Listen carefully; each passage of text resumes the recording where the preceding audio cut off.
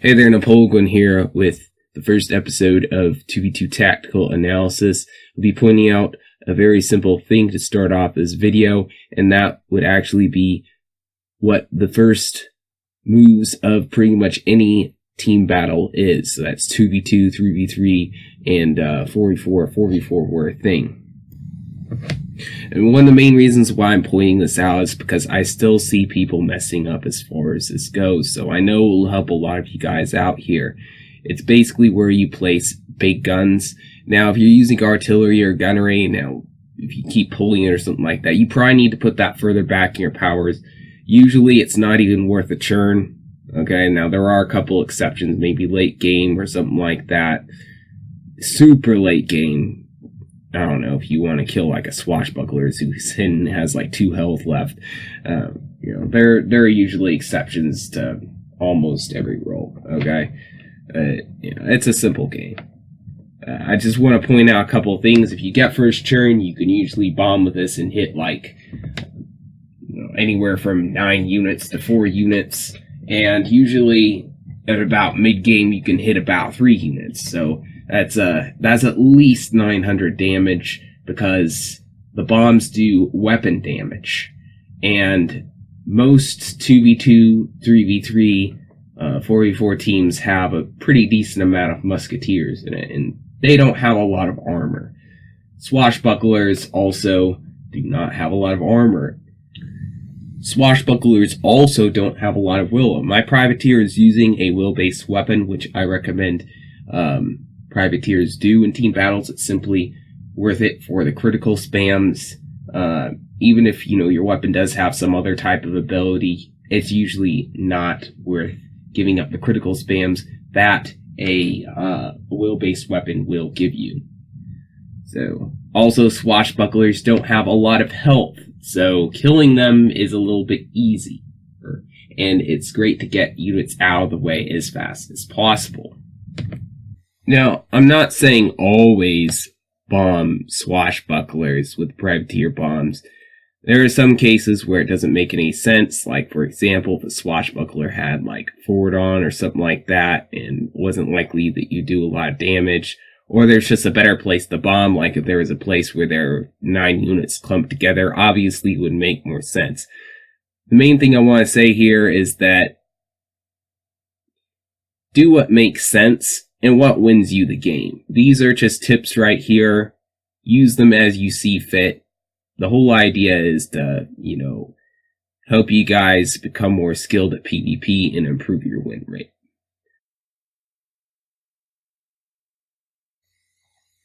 Alright, right here is the first of several combo plays in this particular match. You can see Mason and Jasmine Morgan just moved up their musketeers, and basically what a combo play is, and I'll refer to this several times, is where you use one unit to support another unit, or one pirate to support the move of another pirate. What I'm doing right here is I'm trying to bypass Overwatch from Jane Canary in particular. Why am I doing that? Because Jane Canary has True Grit 3, and she has Overwatch. And what we don't want to happen is we don't want Nausicaa to basically get stunned before she can use her solid attack, which is a super hit, which will do a lot of damage. And we want to possibly kill that Bonnie Ann. One of the main reasons why we're targeting that Bonnie Ann is because she has a heal, and she does a pretty decent amount of damage. She has a good amount of range. So she is a high priority target. Jane Canary is a little more of a support companion and less of a damage carry. So we want to get that damage carry out of the way as soon as possible so she can't use her heal. As you can see, we're focusing all of our fire on her as well. We also scatter blast that huge line right there, because we can get a lot of good damage off of that. So why the heck not? So that was the first of several combo plays in this match. Now, we didn't actually end up killing Bonnie M, but if you look how Christopher places bombs, he placed some of them in front and some of them behind. pretty much both Jane Canary and Bonnie Ann can't really escape very effectively without taking a lot of damage from those bombs. So very good bomb placement right there. That is how you do it. As you can see, we're very fortunate to survive a focus fire from Mason and Jasmine Morgan's entire team, and Nausicaa is left standing with a forward on and 500 health. We're going to take advantage of our good fortune right here, and we're going to put a Valor's armor on Nausicaa.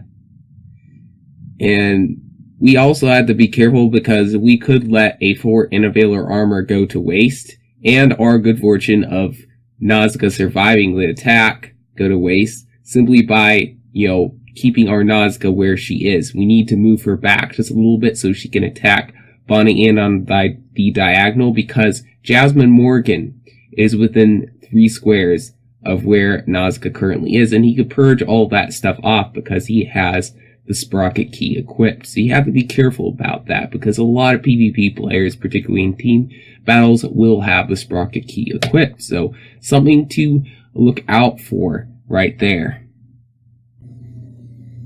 This combo play right here kind of builds off of what we did last turn, because we actually thought about what would happen in 2 turns, which is kind of cool.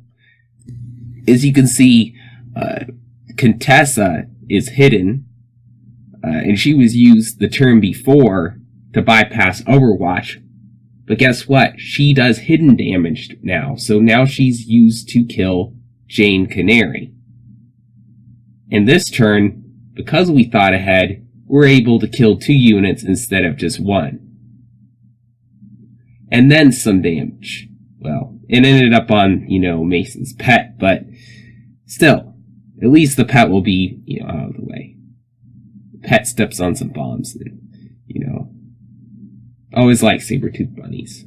I wish I could make all my pets saber-toothed bunnies, but, looks is not something that's horribly important to me when it comes to companions and pets and stuff like that. It's cool, though. Also, we moved up a couple of other companions. We moved up Exeter, Chantel, Bonnie Ann, and Ratbeard, so that we can have yet another follow-up combo play. You don't want to send your companions in piecemeal when it makes absolutely no sense. Also serves 2 purposes. Makes it so that the units who are further forward take less damage, because the opponent's units can possibly chain on those units back there. And if it's a Bonnie Ann with quick draw 3, or if it's a grit unit within range, it can retaliate and do more damage. So it's a good thing to do that for the most part. Do whatever makes you win, but that's a good concept for you right there. Also look at Ratbeard right there. He's right behind the pillar. No one can hit him, yet he can attack next turn if he wanted to. A really good positioning with Ratbeard right there. Alright, well, I'm going to end the video at about right here. I just wanted to mostly focus on early game combos, because that's one of the more interesting parts of the game. When it gets down to late game, it's like a pirate and maybe a companion or 2 left.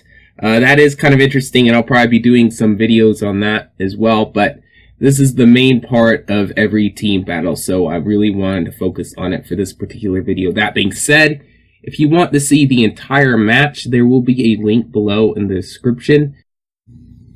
And I'll be posting my next video when the channel gets 40 subscribers. It's growing really fast, and I'm really excited to see what content will come out next. Thanks for watching, and I'll see you guys around. Peace out for now.